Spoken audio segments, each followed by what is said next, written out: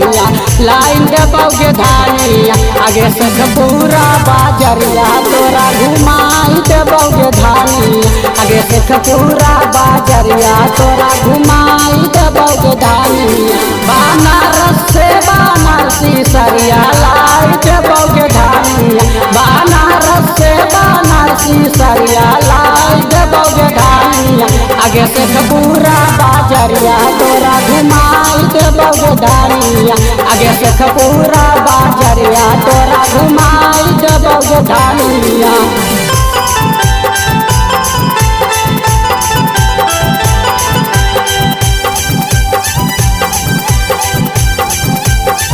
शेखपुरा बजरिया घुमैबोगे छौरी घुमैबोगे हिंडा बजरिया के शेखपुरा बजरिया घुमैबोगे छौरी गिरैबोगे हिंडा बजरिया के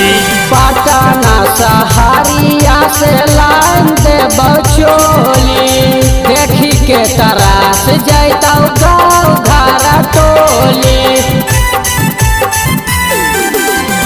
पटना सहारिया से लाई देबो चोली देखी के तरास जैतौ गाँव घर टोली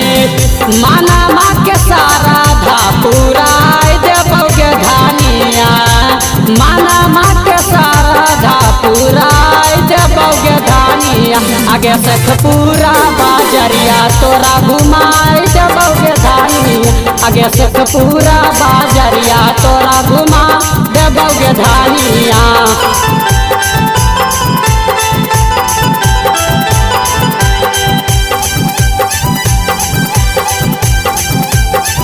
शेखपुरा बजरिया घुमैबोगे छौरी घुमैबोगे हिंडा बजरिया के शेखपुरा बजरिया घुमैबोगे छौरी गिरैबोगे हिंडा बजरिया के